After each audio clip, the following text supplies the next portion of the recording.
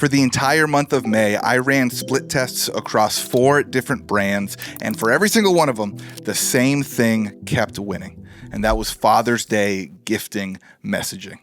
What makes it interesting is not a single one of those brands had even launched their Father's Day sale yet. I'm Nate Lagos. I've done 9 figures in e-com revenue for brands as their VP or their CMO, but now I've retired from CMO life because there was just one area of my job, one tactic that we deployed that drove the majority of our profitable growth, and that was performance copywriting and creative strategy. So now I'm operating as a fractional chief messaging officer for a handful of clients because most brands treat their copy as an afterthought instead of a growth lever. So I'm making sure that everything the brand says from the top of their funnel down to their product pages is dialed in so we can all make more money. And today I want to talk to you about one of the most expensive bad habits and misconceptions in the world of e-com, and that is operating under a bad assumption. And in this case, the assumption is that the only way to acquire customers during a gifting season is to run a steep discount. Here's how that conversation went with every marketer at the 4 brands before we started testing. I said, the day after Mother's Day, we should be testing Father's Day gifting messaging. And they said, well, we don't launch our Father's Day sale till June 5th.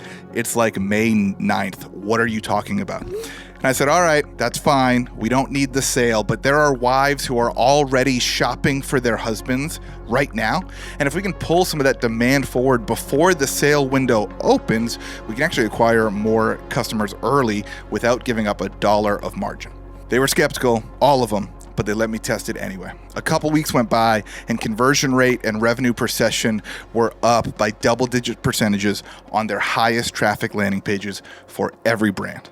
Without a discount, without a promotion, just better messaging.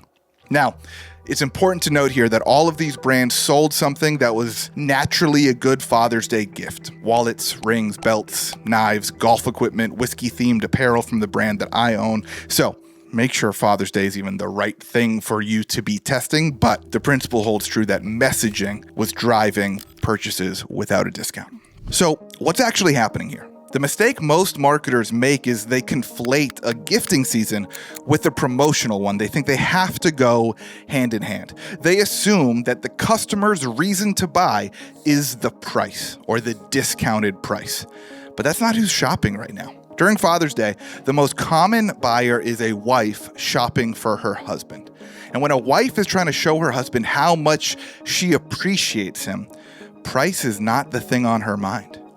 She's not wondering if there's a better deal out there. She's not wondering if this is on sale. She is wondering how she can show her appreciation to her man for all the things he does for her and her family. She's looking for something, a thing that can wrap up all of her feelings into physical form that communicates to her husband, the guy that shows up every day, who works hard, who sacrifices for his family, that she sees all of it, that it hasn't gone unnoticed. And if your headline says 20% off, you are invisible to what is going through her head. And worse, you're actually working against yourself because when someone is buying a gift that screams you're worth it, the last thing they want is something that's cheap. And after a decade in marketing and as a consumer myself, I can confidently say this: nothing makes a brand feel cheap than screaming discounts from the rooftops. You know what's never on sale? Rolex and Ferrari and 100-acre ranches and gold bars. Things that are inherently valuable are not on sale. Now, I'm not telling you to never discount. I think it's a necessary part of e-com at times, especially around Q4. But the most important lesson here is that if you get really good at communicating the value of your products, that you can actually discount less often and less aggressively while still growing the business. Let me break down the principle behind why this is working. This time of year, to this female gift buyer, you are not selling a thing. You are not selling your product. You are not selling a watch or a belt or a shirt or a golf club. You're selling a symbol. You're selling to the wife what is a physical token of her appreciation. She is buying acknowledgement. She's buying something that her husband will look at every single day he puts it on or wears it or uses it, and he'll be reminded that she noticed everything he does that he usually doesn't get credit for. If your copy can communicate that, if your visuals can put that image into someone's mind, the price is not the objection. And if you can't communicate that, I guarantee you that discounting is just going to be a vicious cycle that you will never escape from. Let's look at the headlines that are winning right now. They look and sound something like this. Show dad he's worth it. Dad deserves a gift that's as strong and unique or classic or rugged and dependable. Dad deserves a gift as unique and hardworking as he is. For the dads who have earned something that works as hard as they do, get him one of our things.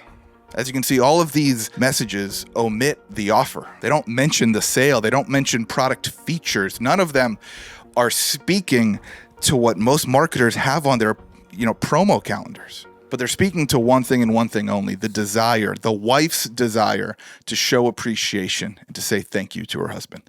That's the job. We're not selling. We're not trying to get someone over the finish line. We are communicating that our product is a physical representation of their appreciation, their love, their desire to nurture and acknowledge their husband for everything he's done. Here's what happens when you flip this and only lead with the discount. Put the discount, the biggest element in the ads, put the discount as the landing page headline. You're going to give up margin more steeply and more frequently than you have to. And you're going to train your customers to wait for the sale. Number two, the buyers who were never price motivated in the first place, the ones who would have paid full price because they're rich or because this product meant more to them, they're going to bounce. Or worse, you're just going to give them some margin for free because your copy didn't speak to what they were looking for. They were not looking for a discount. They were looking to meet a desire.